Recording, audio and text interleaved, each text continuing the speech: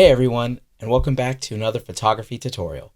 Nighttime can be a great time for photography because of its unique opportunities and challenges it presents.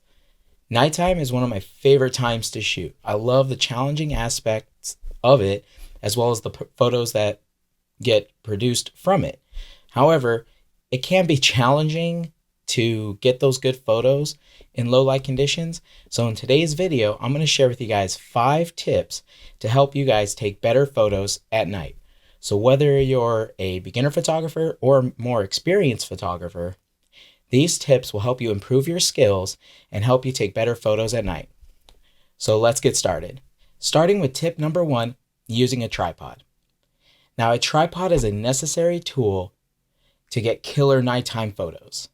Now, I know what you're thinking. I get this question a lot is, how can I get awesome photos without using a tripod? And I get it. It's perfectly understandable. Not many of us want to carry a tripod. On some days, I don't want to carry my tripod sometimes.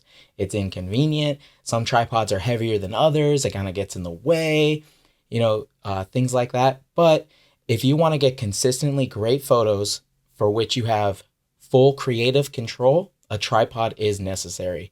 It helps you compose the photo where you want. It stabilizes the camera for those long exposures. The tripod that I like to use when I go traveling is I use the Manfrotto Action Tripod, which is just small enough and light enough. It fits in my camera bag and it doesn't really get in the way. I'll have a link down in the description below so you guys can go check it out and see if it's going to be a good tripod for you. It's great for me and it might be great for you. Now, tip number 2 is use manual settings. Now, humans are smarter than cameras. Now, that may be different when Skynet takes over the world, but for now, it's true. Humans are smarter than cameras.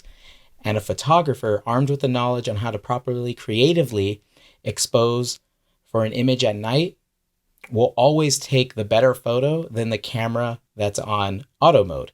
Now, auto mode is great if you got to take that quick nighttime photo and that's all that you're looking for. But if you got something creatively in your head, like capturing motion or capturing a light streak, you got to be on manual settings, because in auto settings, the camera's not going to take that photo for you. So it's up to you to learn how to properly expose for that image so you'll be able to use manual settings. Now, tip number 3 is try to do a long exposure. If you're like me and you love shooting an ISO 100, and if you're on a tripod, usually if you go for a long exposure, like 20 to 30 seconds, and you don't have any action in your photo, or if you're trying to ghost people out, you got a lot of people walking around in your photo, doing a long exposure can actually eliminate the people that are walking. It's called ghosting. So then the people won't actually be in your photo when you're done exposing it. So that is a great way. Going for a long exposure is a great way to get the cleanest image possible that your camera could provide. Now, for tip number 4 is to try to overexpose your photos. Now, this is one of my favorite tips for taking awesome and amazing nighttime photos. And why some of my photos have a certain look to them is I normally overexpose my night photos.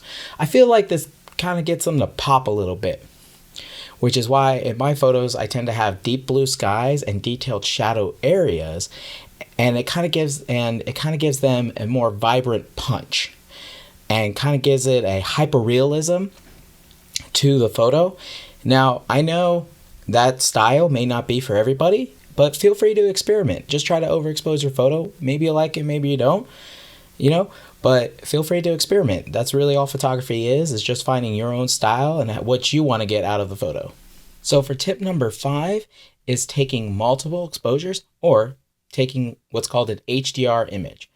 Now, most of the time I don't do HDR photography, which is the technique of taking multiple exposures and then bringing them and merging them together. It can be beneficial if you have areas where there are like real bright areas or really dark shadow areas. So an HDR image can help you bring out all that detail in your image. So if that's what you're looking for, go ahead and try taking multiple exposures. So basically what you want to do is you'll take a picture where it's one stop underexposed. You'll take a correct exposed photo, and then you'll take another one that's overexposed by one stop. So a total of 3 or more I've seen 6 image HDR photos, and what you do is you merge them together in Lightroom or Photoshop, and that'll give you a final merged image, which then you can edit and style to your liking. So I don't normally do HDR photography a lot, but it does have its benefits, and it might be something that you might be interested in. So go ahead and give multiple exposures a try. Well, that's going to do it for today's video. If you found it helpful, go ahead and leave a like and subscribe for more photography tutorials.